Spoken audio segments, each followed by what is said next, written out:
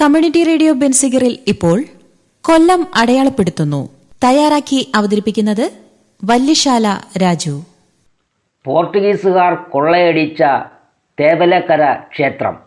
15-ാം നൂറ്റാണ്ടിൽ പോർട്ടുഗീസുകാരാൽ ആക്രമിക്കപ്പെട്ട ഒരു സമ്പന്ന ക്ഷേത്രമാണ് കൊല്ലത്തെ തേവലക്കര ദേവീക്ഷേത്രം.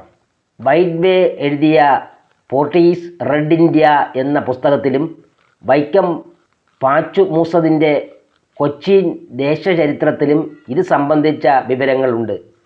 പറങ്കിപ്പടയാളി എന്ന സർദാർ KM പണിക്കരുടെ പശ്ചാത്തലം തേവലക്കരയിലെ പോർട്ടുഗീസ് ആക്രമണവുമായി ബന്ധപ്പെട്ടതാണ്. തേവലക്കര ക്ഷേത്രത്തിലെ പൂജാരിയും മല്ലകത്ത് കുടുംബത്തിലെ നാരായണൻ നായരുമായി ഉണ്ടായ തർക്കത്തെ തുടർന്ന് മല്ലകത്ത് കുടുംബം ആക്രമിക്കപ്പെടുകയും നാരായണൻ നായർ നാടുവിടുകയും ചെയ്തു. നാടുവിട്ട് കൊച്ചിയിലെത്തിയ നായർ പറങ്കിപ്പടയിൽ ചേർന്നു. മതം മാറി ഡാം അന്തോണിയോ എന്ന പേര് സ്വീകരിച്ചു. തേവലക്കര ക്ഷേത്രത്തിലെ പൂജാരിയോട് പകയുണ്ടായിരുന്ന നായർ പ്രതികാരം തീർക്കാൻ പോർട്ടുഗീസ് ഗവർണറായിരുന്ന മാർട്ടിൻ അഹോൺ സാഡിസുയുമായി ഗൂഢാലോചന നടത്തി. ക്ഷേത്ര ഭണ്ഡാരത്തിലെ വമ്പിച്ച സ്വത്ത് കൊള്ളയടിക്കുന്നതിന് കരുക്കൾ നീക്കി. AD 1543 ക്ഷേത്രം കൊള്ളയടിക്കുകയും പരിസരത്തുള്ള നിരവധി ബ്രാഹ്മണ കുടുംബങ്ങൾ ആക്രമിച്ച് ബ്രാഹ്മണരെ കൊലപ്പെടുത്തുകയും ചെയ്തു.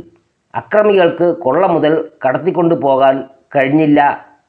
ക്ഷേത്രത്തിൽ നിന്ന് മോഷ്ടിച്ചെടുത്ത സ്വർണ്ണ കൂമ്പാരവുമായി രക്ഷപ്പെടാനുള്ള ശ്രമം പായ്ക്കപ്പൽ മണ്ണിൽ ഉറച്ചുപോയതിനെ തുടർന്ന് അന്ന് പരാജയപ്പെട്ടു.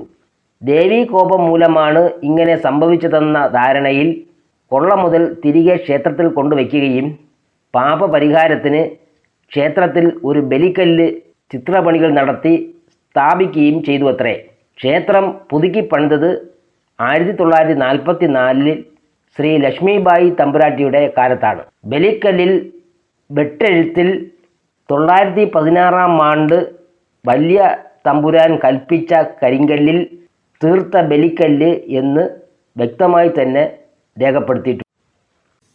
കമ്മ്യൂണിറ്റി റേഡിയോ ബെൻസിഗറിൽ ഇതുവരെ കേട്ടത് കൊല്ലം അടയാളപ്പെടുത്തുന്നു. തയ്യാറാക്കി അവതരിപ്പിച്ചത് വല്യശാല രാജു.